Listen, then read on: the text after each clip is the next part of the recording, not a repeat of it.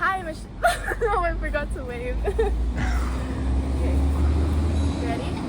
Hi, I'm Michelle from China. This video, I'm not gonna talk about it. Fuck. What? Do you want me to say this? Okay. Hi, I'm Michelle from China. We're gonna talk about Lionel Sanders and glycated hemoglobin levels in this video. Lionel Sanders, go check him out on YouTube, does some great informative content. He just shares his journals basically.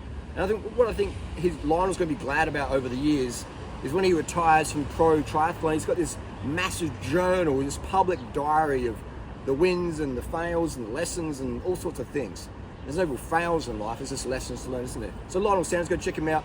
He's mentioned me a few times in his videos and we like that, we love that.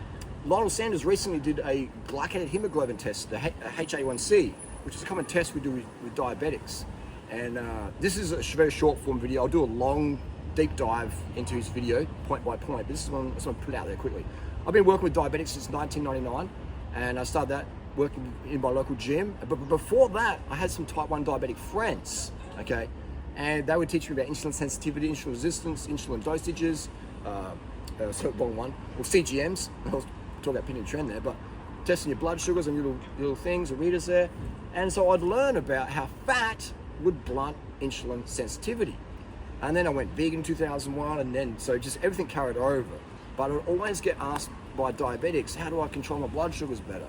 And I quickly learned that the less fat you eat, the less protein you eat, the better insulin sensitivity you have, regardless if you're in a coma with 2 broken legs or you're a high-level athlete.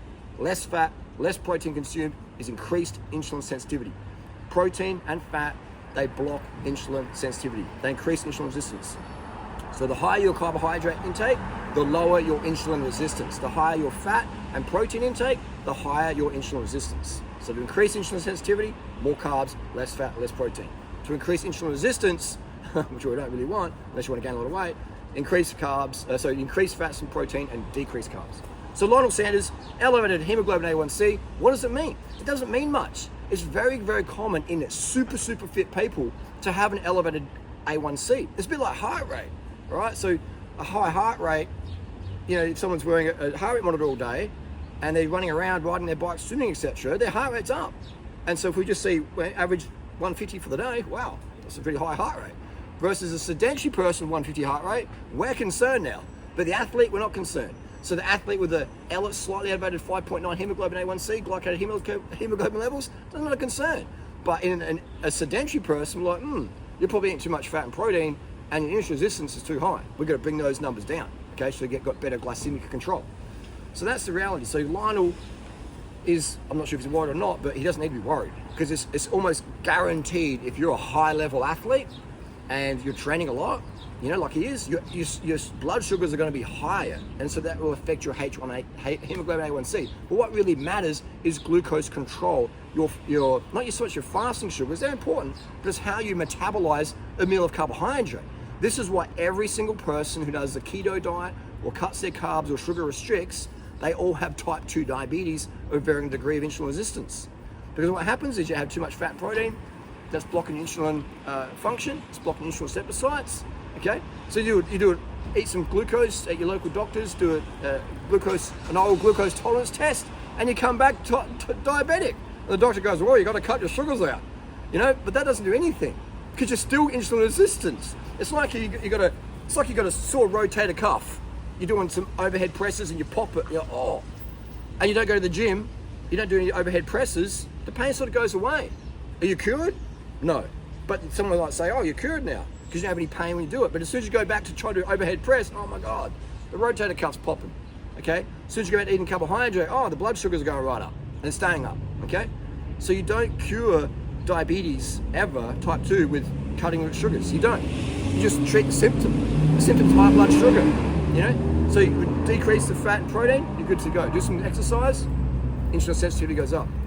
So anyway, we'll do a long form video on this one, a deep dive. This is just a quick one to get out there.